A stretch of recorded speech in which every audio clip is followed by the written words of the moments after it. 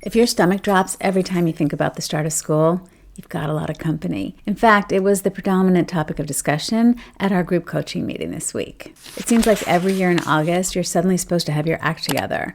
But you're at home thinking, I don't even know how we're going to make it out the door in the morning. There's so much to prep. I'm so overwhelmed. And if that's you, then this video is for you. Let's talk through it together because there are things you can do to make it easier. And you don't have to overhaul your whole life to feel like you're in a little more control. When something feels overwhelming, like school mornings often do, one of the things I first tell parents is, let's break it down, okay? And this is true for anything that's overwhelming, not just school mornings. Those school mornings are a great example of it. So here's what we want to do. Let's break it down. Because school mornings actually represent a big ball of like 20 different issues. And of course, when you think about it, it feels insurmountable. But when you break it down into the independent 20 parts, you can solve each one and make mornings feel more doable.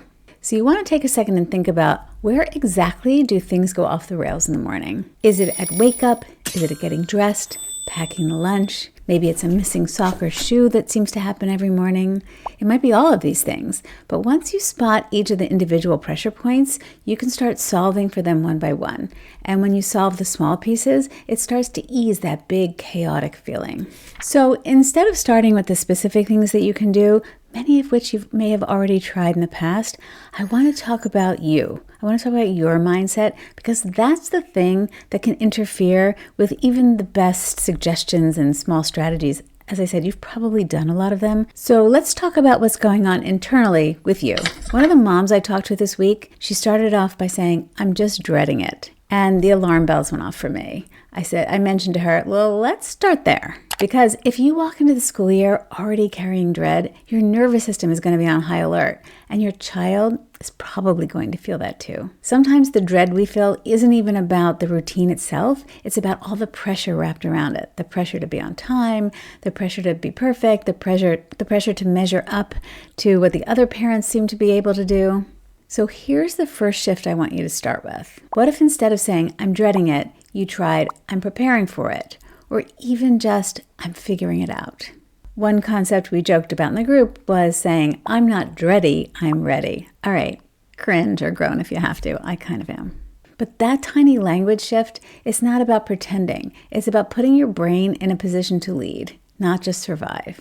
You don't need to love mornings, but you have to face them one way or another, so better to face them feeling prepared. Before we move on to the next concept, can I ask you a quick favor? If you know any other family that's struggling with these kinds of issues, would you please share this video with them and the channel? It helps me reach more families who could really use this kind of support. Okay, so even if you get your mindset in check and you prep everything the night before, mornings can still fall apart. Why? Because you're not just managing logistics, you're likely managing a spicy nervous system. And when that nervous system wakes up dysregulated or anxious or exhausted, you need to get up. It doesn't really land well at all. What I see a lot is this dynamic where the parent is stressed, the child is overwhelmed, and suddenly the whole thing turns into a power struggle before anyone's even gotten the chance to brush their teeth. And here's another thing to consider. Let's think about redefining success. What if the goal isn't the perfect morning? What if the goal was just one that didn't leave everyone in tears? I know it's a lower bar, but let's start somewhere. So instead of pushing your child or going to that let's get up, maybe you could try something along the lines of, I know it's hard to get up, but let's do it together. Or, I know mornings can feel yucky. I've got you. I had one client tell me that she started doing a 3-minute dance party with her 3 kids every morning, and it shocked her that it made such a difference. But that little ritual shifted the entire tone of their mornings. And it got her children more energized to do what needed to be done. You don't need to do a dance party, but maybe you could try something small, like a moment of connection that softens the edges of the day. Because the real win isn't just getting out the door without tears, though that is an accomplishment. It's showing your child that they don't have to power through it alone. So in addition to getting your mindset out of the dread department and into the I'm going to figure this out, and after the idea of switching to validating your child's feelings about how hard mornings can be instead of forcing them to try to move through it, I'm just going to mention some of those tips that you've probably tried a lot of, but maybe it was the mindset piece that wasn't quite there for you yet. Things like if your kids are waking up too late or too lethargic, try starting to get them to bed 10 minutes earlier. even starting now. If it's a new school, which one of the moms mentioned she was facing taking her child to a new school, try a test run to see how long it actually takes to get there. So you're not figuring it out in the first 2 days on the spot. If breakfast is the issue, try doing some prep the night before, or even try having some grab-and-go options. Maybe they're not as healthy nutritionally, but stress isn't healthy either, so we have to strike a balance. If backpacks are half-packed, or shoes or socks mysteriously disappear, can that be prepped the night before? Even a 5-minute reset the evening before can change the next morning completely. Remember that this is where pinpointing exactly where things are going off the rails can help you solve the problems.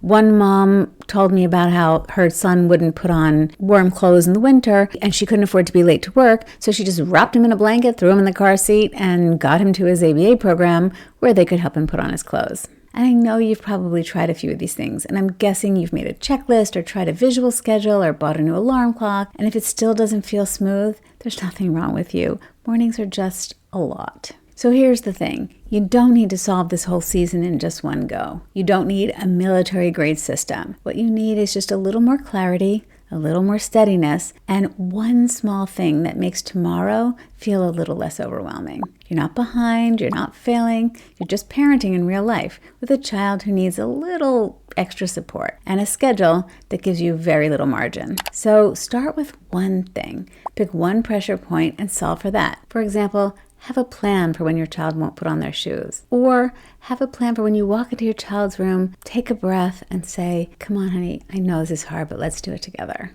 Instead of, get up! The next time your brain says, I'm dreading this. This is going to be awful. Try, I'm ready, not dready. Cringe. Or even just try, I'm gonna figure it out. You're not just getting your children to school, you're actually helping them figure out how to navigate a challenging part of the day with support. And that skill will actually serve them far beyond these morning routines. You've got this, and I'm here to help you every step of the way. I hope you enjoyed this. I hope you'll drop a like and subscribe if you haven't yet, and I'll see you in the next one.